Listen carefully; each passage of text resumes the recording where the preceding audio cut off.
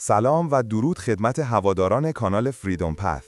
امیدوارم بتونیم بهترین ها رو ارائه بدیم. کانال ما در قالب پادکسته و ما ویدیو خاصی ارائه نمیدیم و صرفاً آموزشیه. لطفاً با ایرپاد گوش دهید.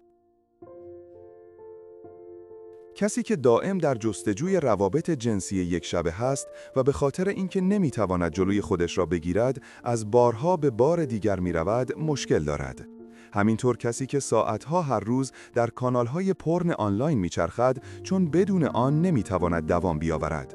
در حالت اول این مسئله را اعتیاد به سکس مینامند و در حالت دوم اعتیاد به پورن آنلاین.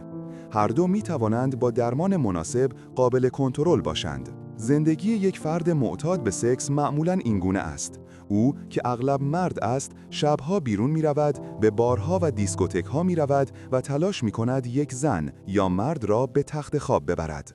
اگر موفق به داشتن یک رابطه یک شبه هست شود، فقط مدت کوتاهی از آن راضی است و صبح روز بعد نمی خواهد دیگر چیزی درباره آن شریک جنسی بداند. او می‌داند که به زودی می‌خواهد شریک جنسی جدیدی داشته باشد و این مسئله برایش دردسرساز است و باعث استرسش می‌شود.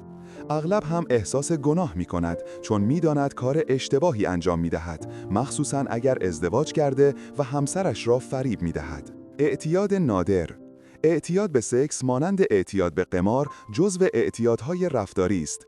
اعتیاد به سکس یک پدیده نادر است. هیچ آمار دقیقی درباره تعداد افراد مبتلا وجود ندارد. مشخص است که بیشتر این افراد مرد هستند.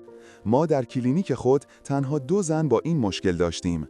هر دو در پلتفرم‌های آنلاین دوستیابی فعالیت داشتند و بعداً از رفتار خود رنج می‌بردند و احساس شرم می‌کردند. دکتر کوروش یزدی، رئیس بخش اعتیاد در مرکز نورومد بیمارستان دانشگاه کپلر لینتس می‌گوید: معتاد به سکس و پورن.